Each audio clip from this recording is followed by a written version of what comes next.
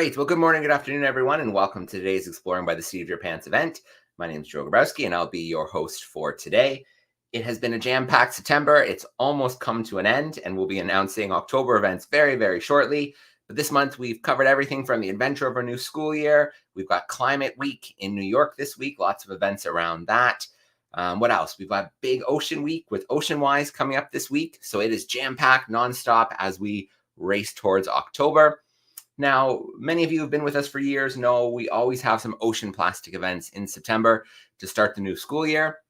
And so I'm really excited. You will probably see a familiar face. Dr. Imogen Napper is going to be joining us. She is a marine scientist and explorer at the National Geographic Society. So her research investigates different sources of plastic pollution into the environment. And so everything from microbeads and facial scrubs to the plastics that come off our clothing in your washing machine, to plastic bags, finding out if they really are biodegradable. She's looking at all kinds of issues across the world of plastics. And so she really wants to show how small changes can make a big difference, in industry and governments globally. And making those differences, those small changes in your homes can have a huge impact. So let's head over to the UK. Let's bring Imogen in with us right now. Hey, Imogen, how are you? Oh, Imogen, you're on mute. Good, thank you. How are you? Good. Good to see you. It's rainy here in Canada. Sounds like it's rainy for you there in Plymouth in the UK, but we're excited to have you with a bunch of classrooms. Really excited to join. Excellent. Well, I do want to shout out, I can see we've got lots of classrooms tuning in via YouTube. Don't be shy to use the chat section. Let us know where you're tuning in from. Send some questions in. We'll play a Kahoot a little bit later so all the classrooms can join in. But for now, Imogen, let's let you take over for a little bit. Let's get into your world. Perfect. So let me just share my screen, and please shout if you can't see it. Looking good so far. There we go. But really excited to be joining you today from the rainy UK and share some of the research that I've been doing over the last few years. I'm going to take you on a journey, and I'm going to take you on a journey from our homes, our schools, the ocean, the depths of the ocean, all the way up to the tallest mountain on Earth, and then even into space. And what's the thing that keeps all of these areas in common? And that is plastic, rubbish, and trash. So I've been best described as a plastic detective in my research. And we're not looking at crimes or murders, but we're using the same skills as crime scene investigators, but to look for plastic. And I'm asking a series of sets of questions every time that I'm doing my research. So I'm looking at, where has this plastic come from? Where is it going? Where is it traveling to? Where's the most polluted area? Where is it coming from? What source? The main suspects, is it getting better or worse? How successful have different interventions been, different solutions? And how is it impacting an area? And I want you to join me as plastic detectives as well. So to be a plastic detective, we need to know the history of plastic. And plastic was only invented about 100 years ago, which actually is really recent. So in the last 100 years, the first synthetic plastic was called Bakelite. And you can see that on the top of the screen. And if you look to your left, you'll see a radio. And Bakelite was used predominantly at the start to make the outer casing of radios in 1907. And Bakelite had the symbol of an infinity symbol because the person who invented it could see how many uses it was going to have. It was infinite. And then we look to 1955. So about 50 years later, we were mass producing plastic. And you can see this family on the screen, and they're so excited about plastic that they're throwing it up in the air because you'd never have to do the washing up again. It's going to make our lives so much easier. So take a look on the screen and see what items you could see. Because I can see plates, I can see bowls, I can see cutlery. And you can see at the bottom, it says that disposable items cut down household chores. But unfortunately, this is now more of the reality of what we see. And I took this photo in Morocco. I was very lucky to be surfing some of the waves at the back, but you could barely see the sand and the rocks because it was just covered in plastic bottles. And I'm sure, have a think in your heads of the last time that you went outside around your local area, or even if you live by the beach around the coast, remember when you saw rubbish. I went for a dog walk earlier today and I saw rubbish in the park that I was walking in. Now we need to continue to be plastic detectives. So we know the history of plastic, and now we need to know how we characterize it. And we often look at different sizes. So we have something, a plastic called macroplastic. And we know what size a macroplastic is because it's greater than 20 millimeters in length. Then we get smaller. So then we have slightly smaller, which is mesoplastic, which is 5 to 20 millimeters in length. And then even smaller than microplastic, which is less than 5 millimeters in length. So smaller than your nail on your hand. We can characterize plastic in different ways. So we've just seen the size, but we can also look at the color, the brand. So if we know it's Coca-Cola or another brand of fizzy pop, if it's been weathered, and what we mean by that is how it's been affected in the environment. Has it been discolored by the sun? Has it been beaten up by the wave energy from waves in the ocean? And also the environment that we found it in. So we know about how to characterize plastic. We know the history of plastic. But where did it begin for me being a plastic detective? Well, this is me. I was about, I think, 6 or 7 years old in this picture. And I went to a really small school in the UK. It was a small countryside school called Tickenham. And we decided to hold a charity balloon release. And you can see where Tickenham is on the screen, just under that red circle. And in the charity balloon release, we also are next to the ocean as well. And you can see a picture of what Clevedon and Tickenham looks like. We have this old Victorian pier and it looks amazing. But in this balloon release, on the string of every balloon, there was information about our school. And it had the address of our school. And it also said if anyone found one of the balloons, to return it back to the school so we could see how far they have travelled. So I remember standing in the playground, holding my big red balloon and hearing the countdown. 3, 2, 1. We watched all of the balloons float off into the distance. 2 weeks later, we came back to hear the results. And out of all of the balloons, 60 balloons, 5 got returned. And one of those balloons even made its way to France. And I remember asking my mum, what happened to the other 55 balloons? And if they were making their way to France, what were happening to them when they were dropping into the ocean? Because as you could see from a slide a few seconds ago, we live by the coast. So what were happening to the balloons dropping into the ocean there? I was able to turn this curiosity and my love of asking questions into a career in research, wondering where all of these balloons have gone. And now I'm excited to take you on my plastic detective journey to see some of the research that I've done. My first piece of research was looking at microbeads in facial scrubs. Now, you may have seen this or maybe even used them when you were younger. I used to use them and I never ever considered that there might be plastic in them. They were tiny plastic particles that were put into facial scrubs to act as exfoliants, so to help get our dead skin cells off our face and make our skin nice and smooth. No one had done any research before looking at how many could be in one bottle. So as plastic detectives, we decided to find out. I spent hours and hours in the lab extracting all of the microbeads from the products. So on the left, you can see something called vacuum filtration. I diluted all of the facial scrubs with hot water, mixed it around, and then I sucked all of the water through. So on a filter paper, it would leave any solids, being the plastic. And this is what we found. So on the vial to the right of each product is how much plastic was in each bottle. We found that there could be up to 3 million tiny pieces of plastic in one bottle of facial scrub. So you could be washing your face with thousands of tiny microplastic microbeads.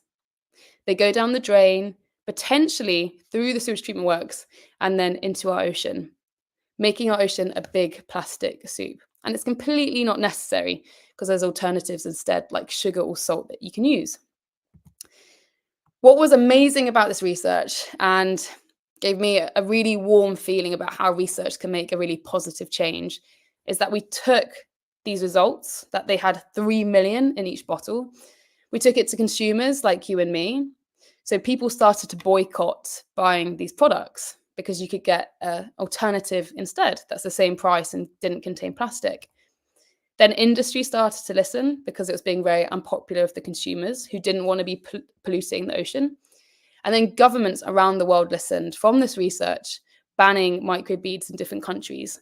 So they were banned in UK, in the US, in India, and Canada. And it was all because of this collection of people and this research that showed us that we can have a choice and we can make a change. We went back and tested the same products after 2 years, and all of them were microbead free. So asking even the smallest question can create the biggest change. Then I decided to look at washing our clothes because you might be surprised that the majority of clothes that we wear are made out of plastic. And to prove a point, I've actually worn a jumper today because it's slightly cold in the UK.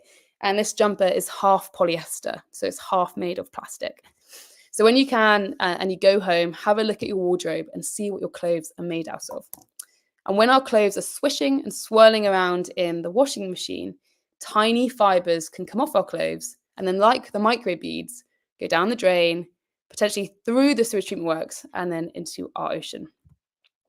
We wanted to do research to look at how many fibers are coming off our clothes when we wash them.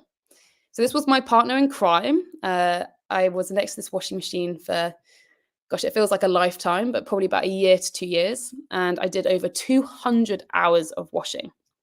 And we tested common items that we're going to get or we're going to buy in the shops. So we tested polyester, acrylic, and polyester cotton blend. And this is what we found. So a polyester cotton blend jumper or a load of washing, about 6 kilograms, which is the average in the UK, 130,000 fibers would come off. Polyester is more at 500,000 fibers, and acrylic the most at 700,000 fibers. So every time you wash your clothes, potentially 700,000 fibers are coming off. Now imagine that for your town, for a city, for a whole country. This is a huge amount of fibers potentially making their way into the ocean. And there's nothing that you could do to stop it. However, we decided to test research to look at how we can actually stop these fibers, like the fibers you can see in my hand, going into the ocean. So when you're washing your clothes, this is what it looks like, how many fibers come off. This could be 700,000. With support from National Geographic, I then built a washing machine lab. So rather than one washing machine, I now have 4 washing machines. And I've been testing different inventions to try and capture the fibers. And we found that they could be up to 80% successful. So watch this space because it could be the future of washing our clothes. And there's legislation that's been passed in France by next year in 2025. All new washing machines are going to have to come with a filter that capture the fibers to stop them going into the ocean. So it's really, really exciting. So we looked at microbeads in facial scrubs, and then we've looked at washing our clothes. But then we wanted to look at a common plastic that's being used a lot called biodegradable or compostable plastic. And we typically see this a lot for carrier bags. So when you are potentially at the shops or even at home, have a look at your carrier bags and see if any of them say they're biodegradable or compostable. When I think of the word biodegradable or compostable, I think of like a piece of fruit that's going to disappear in the ocean really quickly because it's biodegradable. It's going to be eaten by lots of microorganisms. But would, for example, this plastic bag that goes into the ocean also disappear quickly? And to do this, this was one of the longest experiments that I've ever set up. I had to go all throughout Plymouth, where I live, and search for different carrier bags that said that they were biodegradable or compostable. And then we have to standardize research to look at trends to make sure that basically everything is running from the same start line. So I had to cut all of the bags into different rectangles that you can see on the left. And then I sewed each rectangle strip using old drumsticks, some fishing wire and garden netting together into these pouches. And it took hours and hours and hours and hours. Then we put them in different environments. So we put them in the soil and we put whole bags in there as well, because it's just easier to see and easier for us to explain potentially to the media. And we put them outside, and we also put them in the ocean. And we left them for 3 years. So it was the longest experiment that I've ever done. It was the full length of my PhD.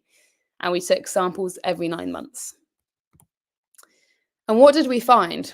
Well, for the bags that were outside, they completely fragmented into tiny bits. Hopefully you can see this because I'm holding up to the camera, but this is what it looks like.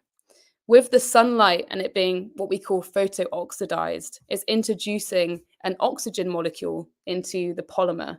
So we have carbon and hydrogen that make up plastic. It introduces an oxygen molecule and it breaks up the plastic. So it doesn't mean it's disappearing. It just means it's going into these tiny, tiny bits that you could argue is worse, because it means that we can't pick up a bag like this and put it in the bin. Some of these are so small you can barely see them. But for the biodegradable bags in the ocean and in the soil, after 3 years, like you can see in this picture, they were still there and they could still hold a full bag of shopping. And it was a heavy bag. It was one of my, I had to do my shopping for the week. So I had bananas, I had milk, I had cereal, I had pasta. But I never thought that the bags would still function as a normal carrier bag. We're not saying that these bags aren't a solution for the future, but they need really specific conditions to break down, such as high moisture or high heat, that you're only going to get in an industrial composter, and you're not going to get that in the natural environment. So we need to make sure that when we're using products that we think are environmental, that they are actually going to be better for the environment, or we're just creating more mess.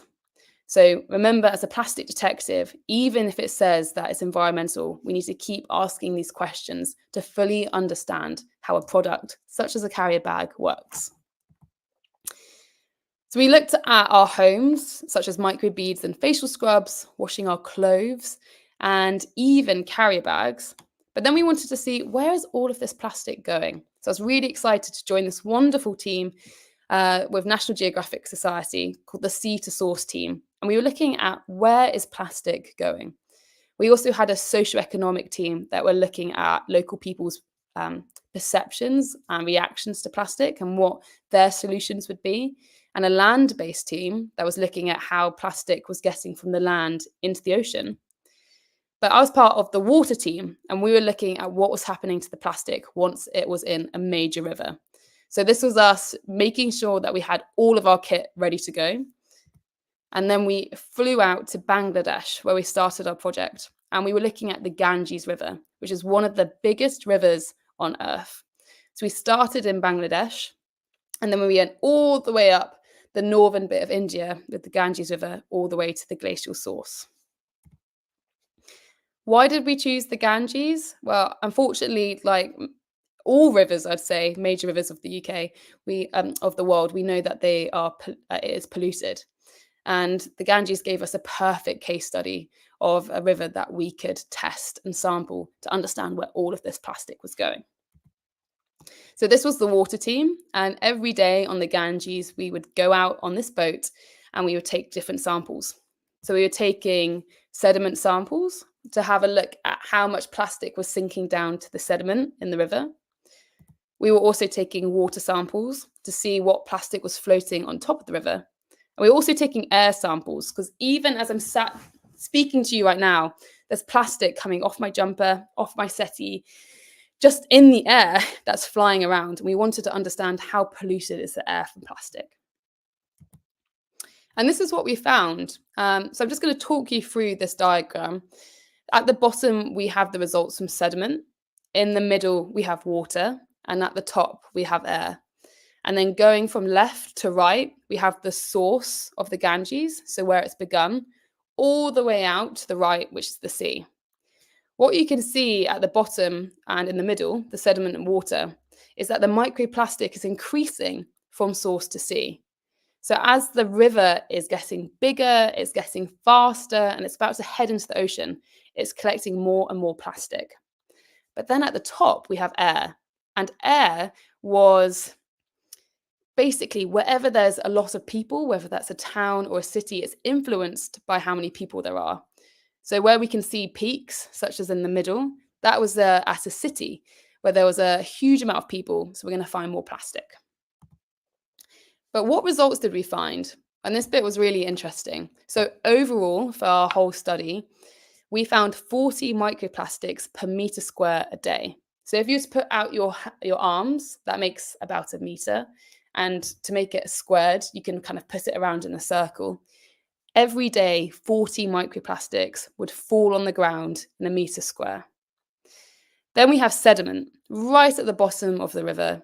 And there we're finding 60 microplastics per litre, per kilogram. So imagine a kilogram of mud. We'd find 60 microplastics in there. And then for water, it seems like a small amount, only 0.05 microplastics a litre. So I have a measuring jug here. So this is half a litre. So 2 of these, we would only find 0.05 microplastics. However, because of the huge volume of water in the Ganges, this actually equates to a lot. So every day we predict 3 billion microplastics are being emitted from a major river system into the ocean. That's 35,000 every single second. So it shows us that plastic is all through our environment, whether it's at the bottom of a river, such as sediment, in the water column, or even in the air around us. We have microplastics at huge numbers that maybe we didn't consider before. And talking about microplastics in the air, we had a really exciting opportunity to work with National Geographic and have a look at Mount Everest. And a National Geographic expedition team went out to Mount Everest and collected some snow samples for us. And this is a picture of them collecting some samples. And this is actually Mount Everest summit. So you can see a queue of people at the back of the photo, and they are queuing to go right to the top. And I honestly didn't think we were going to find any microplastics in any of the samples, because to me, Mount Everest is somewhere really clean and pristine. Why would microplastics be up there? And we decided to find out. So this is me with one of the canisters, and I actually found one in my attic yesterday. This is one of the metal bottles that we had for collecting snow samples. I would then melt all of the snow. Well, it would be melted in transit anyway. And then same as the microbeads in the lab, I'd suck through all of the liquid and leave any of the solids on a filter. And that would be the microplastics. But do you think I found any? Well, in every single sample, we found microplastics.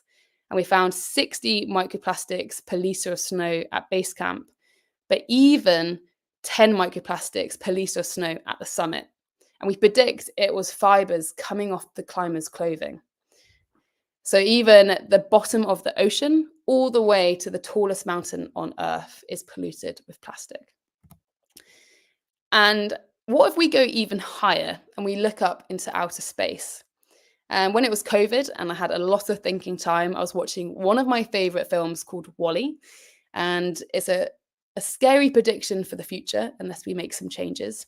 And there's one part of the film where all of the humans, they've made such a mess of Earth that they have to crash through a sea of satellites, like you can see on the screen here, to escape planet Earth. And they've left Earth to be looked after by robots to clean it up. And this got me thinking, is this happening in space as well? Are we creating a mess in space with all of these satellites? And I decided to do some research. And it turns out we are. And it follows a very similar trend to plastic. So on the left, you can see the marine environment and how much plastic waste is going into the ocean from 1960 to 2022. But then on the right, you can see it for Earth's orbit and how many objects are going up into Earth's orbit from 1960 to 2022. And you can see that it's increasing every single year. Now, satellites are incredibly useful.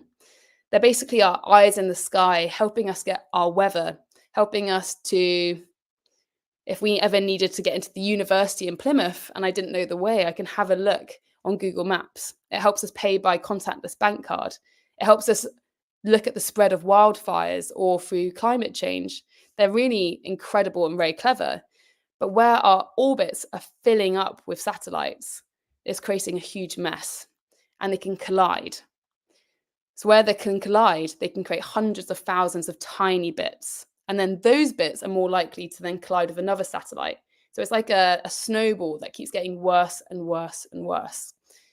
And there's so much that we can learn from us damaging the oceans with plastic that can influence how to protect space. And that's my next bit of research, where I'm looking at how we can use our knowledge of plastic in the ocean to try and protect outer space. So keep being plastic detectives, keep asking questions and shining a light on issues, because the more that we ask questions, the more answers that we will get and the more change that will happen to make as well. Thank you so much. I'm really looking forward to your own questions. So please shoot any questions to me. I'm looking forward. All right. Good stuff, Imogen. Thank you for taking us on your plastic detective adventures. And, you know, who knows? Maybe they're going to have to send you up there to space too, to just look at things more closely. Who knows? I'll do that. That would be pretty cool. Okay, well, let's play some Kahoot. So while you were presenting, I pulled together a little Kahoot quiz. I am going to open it up right now, and then we'll let our classrooms play along. Well, it's loading. If any classrooms want to enter questions in the chat, if you're tuning in via YouTube, maybe we'll grab a couple camera questions as classrooms are loading into the Kahoot. So I'm going to share my screen. You need to go to kahoot.it. Sorry.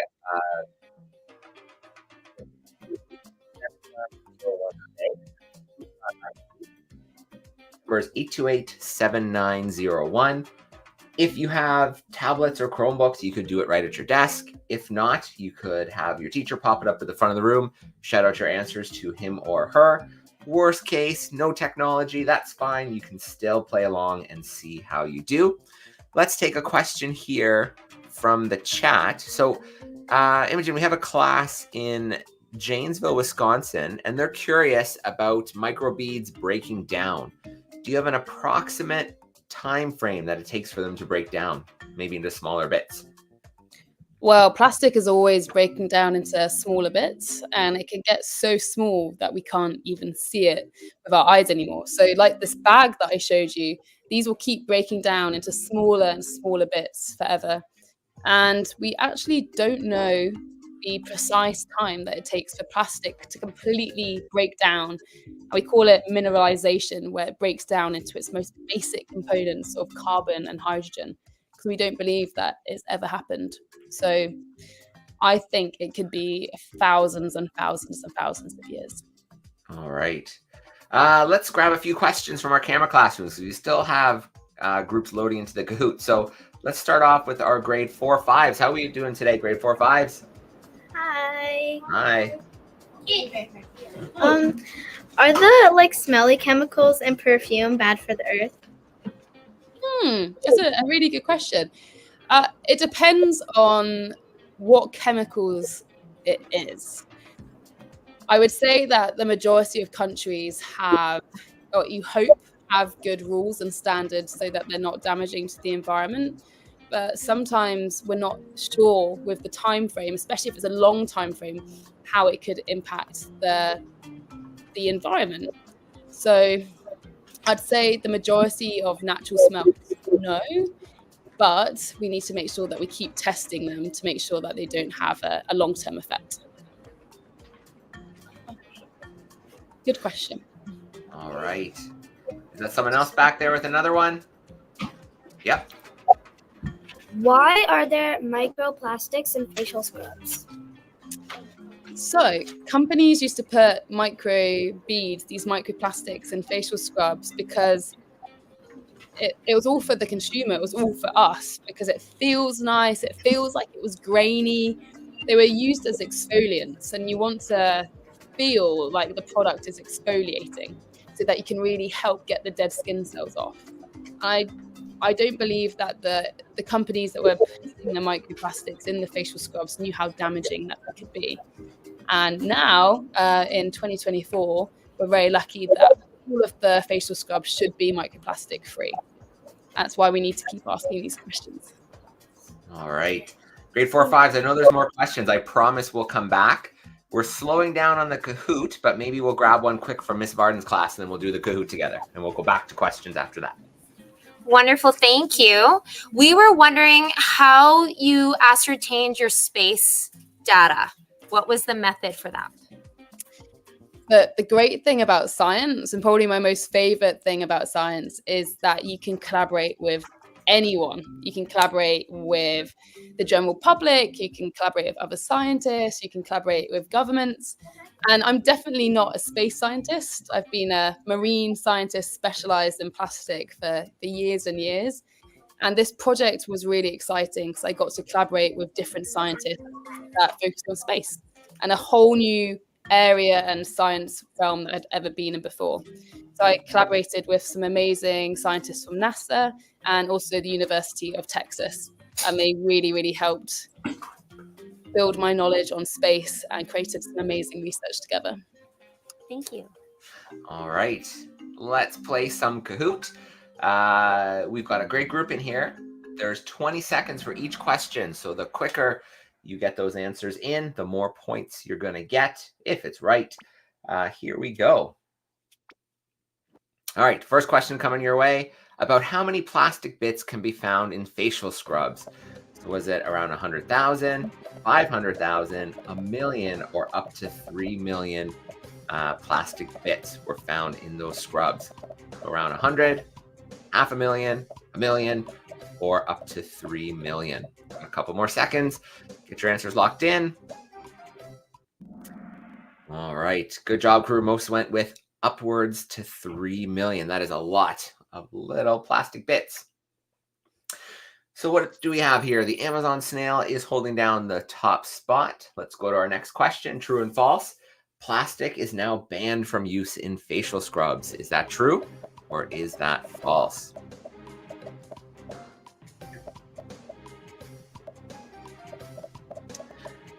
All right, true or false? We already have over 60 answers in. A couple more seconds on the clock. All right, that is true. And Imogen, it must have been very rewarding to see those new samples when you went through and you had those empty vials afterwards. That would have been pretty cool. Yeah, it was. It really showed me that research can be a really powerful voice. All right. No, Amazon snail not letting go of the top spot yet, but we're going to go to fibers from clothing. About how many can come off in one load? Was it around 200,000, 700,000, a million, or are we just messing with you? None.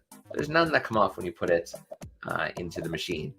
So around 200,000, 700,000, a million, or none. 3 more seconds. Get those answers in. All right, so upwards of 700,000 particles. Good job, crew. Most students went with 700,000. Here we go. 2 more questions to go. True and false. After 3 years in the ocean, biodegradable bags had completely disappeared. Is that true or is that false? After 2 to 3 years, 3 years in the ocean, bags had completely disappeared.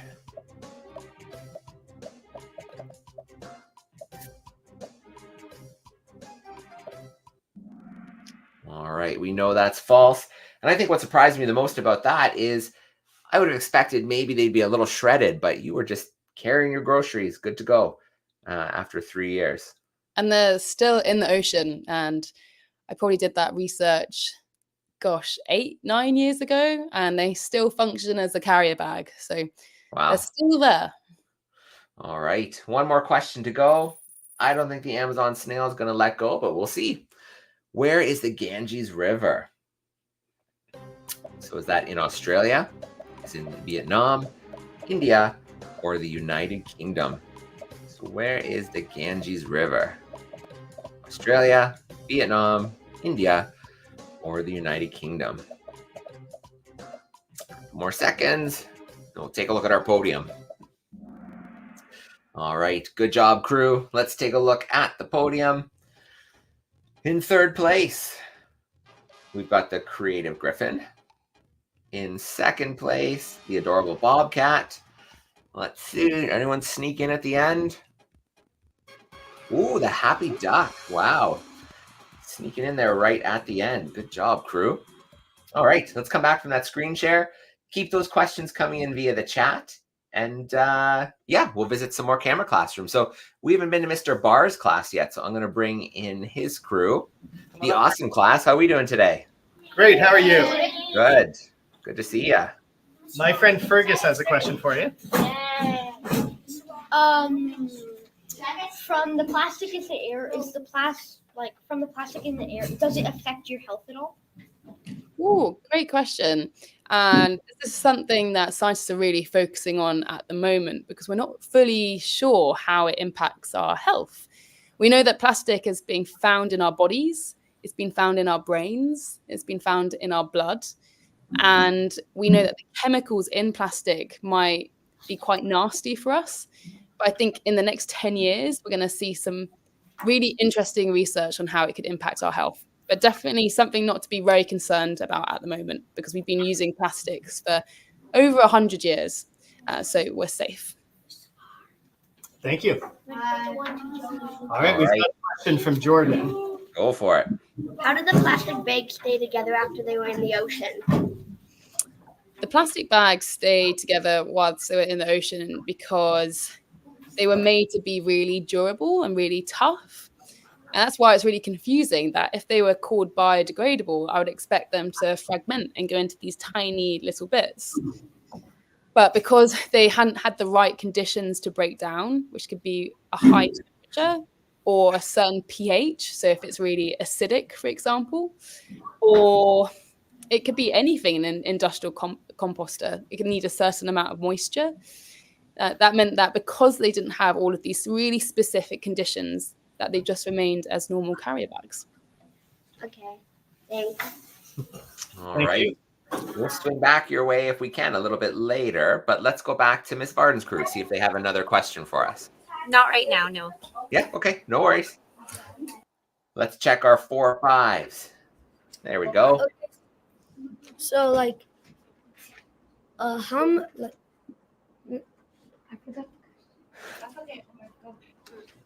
yeah, when was plastic invented?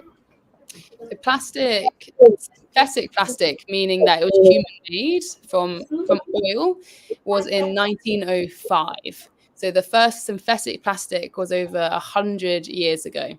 But actually, that's still really recent if you think of it as a material. And we've been able to make this huge mess in the last 100 years. So imagine what it's going to be like in another 100 years unless we clean it up and clean up our act and use it sustainably. Okay, thank you. All right, do we have another question on deck there? Anybody else have a question? And then we'll check YouTube, see if we have a few YouTube questions. She's on her way up.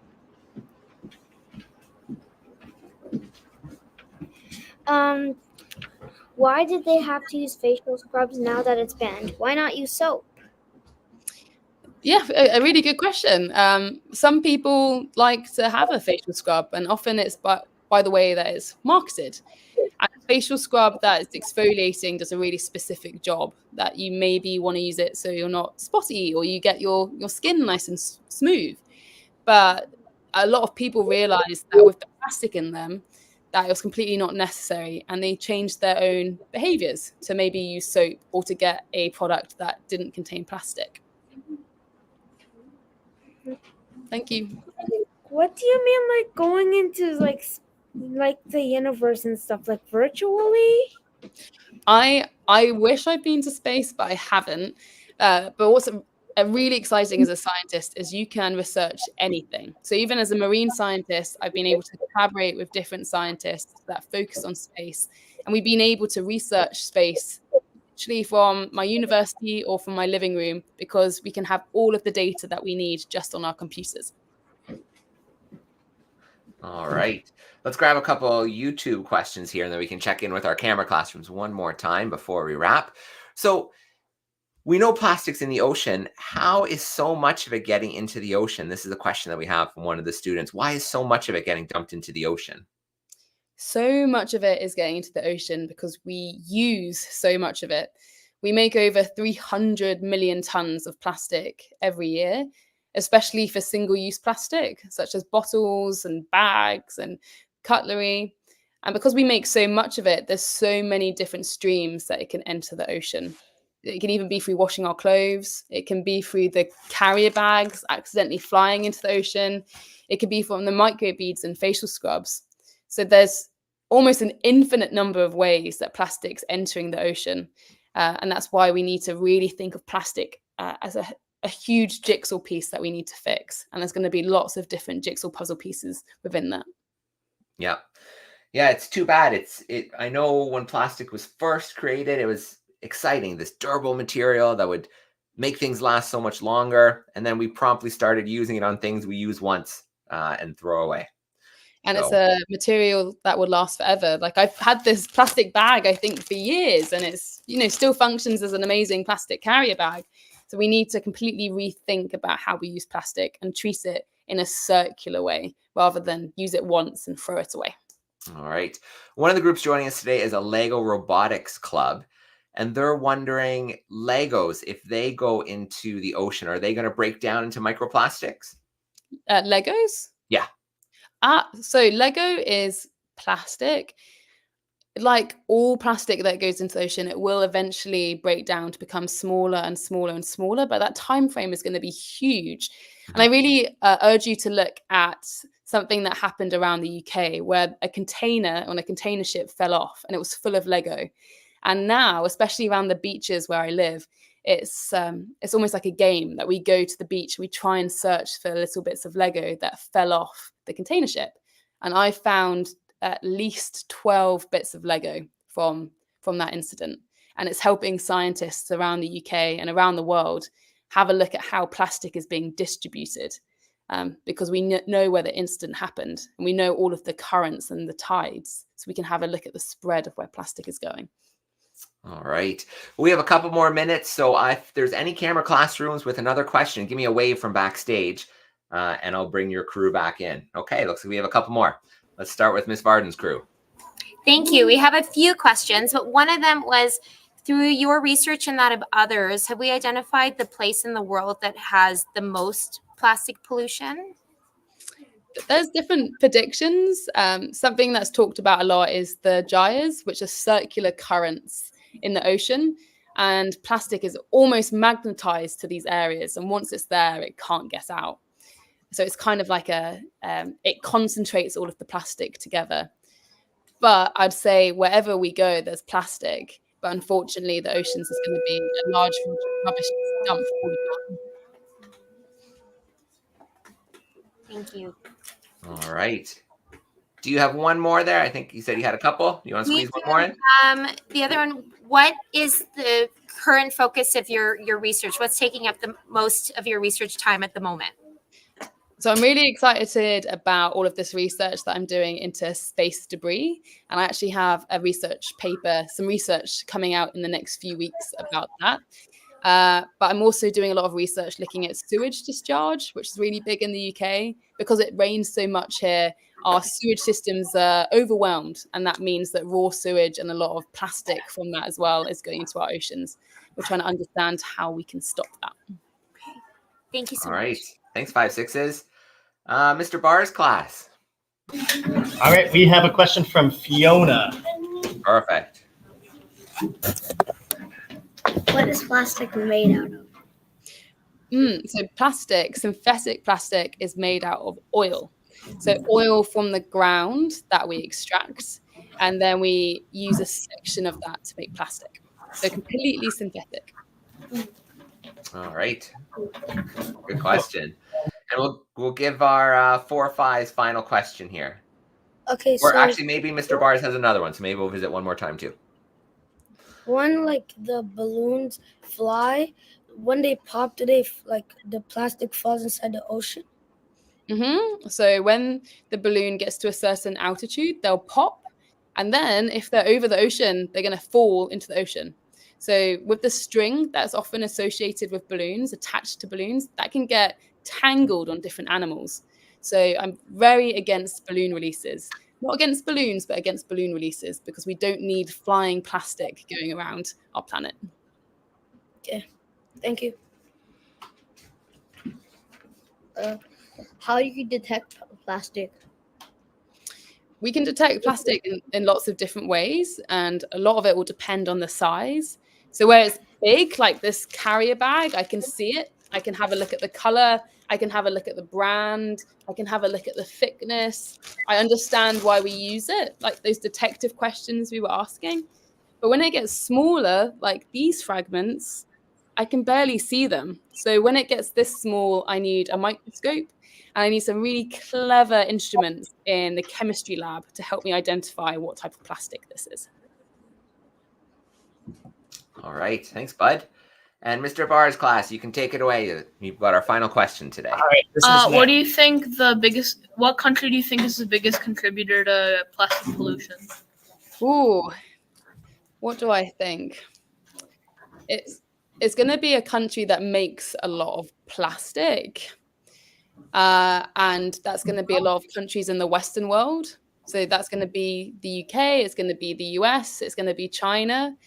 And I'm very passionate that we need to stop viewing the countries as separate. And it's something that we need to agree on collectively, internationally, about how we have certain rules all work together to make sure that we can be more environmental. Because what's happening at the moment is countries are doing their own thing. But once we come together, it's so much more powerful. Thank you. All right.